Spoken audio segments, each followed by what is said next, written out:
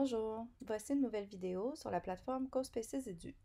Alors aujourd'hui, je vous parle de la hiérarchie des items. C'est ce qu'on trouve à l'onglet à gauche où il y a les trois petites lignes. Donc quand on clique dessus, on voit une liste de tous les items qui se retrouvent dans notre CoSpace.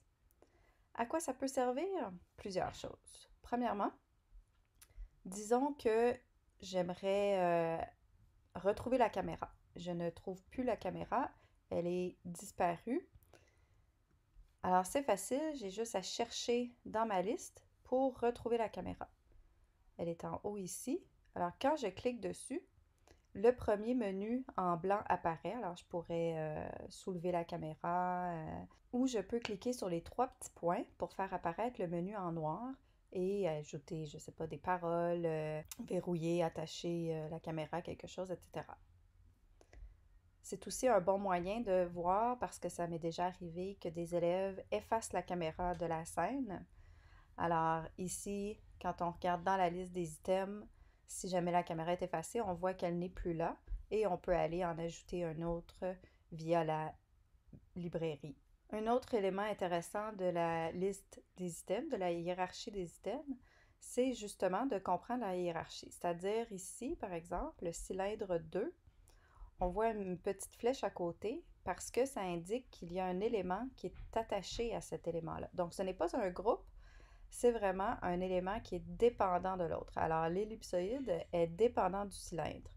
Vu que c'est le cylindre qui est le parent, c'est le cylindre que je dois attraper pour bouger l'objet. Si j'attrape l'enfant, il restera pas avec le parent. Donc, on comprend ici, quand on regarde la hiérarchie, on peut plus facilement comprendre quel est le parent et bouger cet élément-là en conséquence.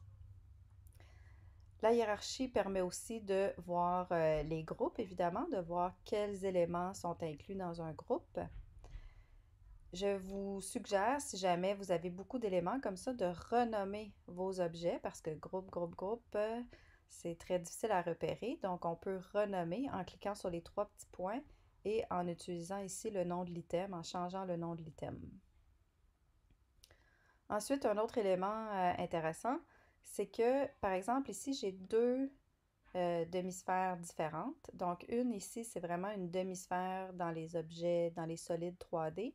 Et ici, c'est un dôme.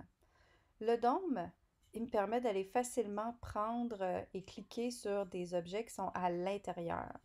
Tandis qu'avec la demi-sphère, vu que c'est un objet solide au complet, je ne suis pas capable d'aller attraper les choses qui sont à l'intérieur. Il faudrait que je zoome à l'intérieur pour pouvoir aller finalement attraper les objets. Donc ça peut devenir un peu compliqué, surtout si je veux les bouger à l'extérieur du dôme, à l'extérieur de la demi-sphère. Ça peut devenir très complexe comme processus.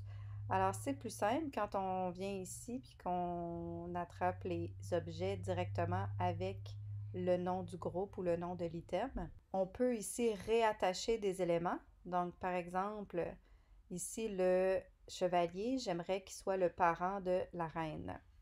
Donc, en ce moment, le chevalier et la reine sont des objets séparés.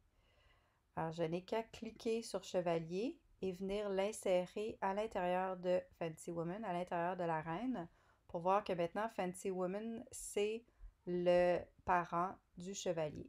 Alors, quand je bouge la reine, le chevalier se déplace aussi en même temps. Et je peux aller déplacer le groupe ailleurs. Donc, je pourrais aller l'insérer ici. Alors, c'est tout pour la vidéo concernant la hiérarchie des items. Dans la prochaine vidéo, je vous montre comment partager votre CoSpace. À plus!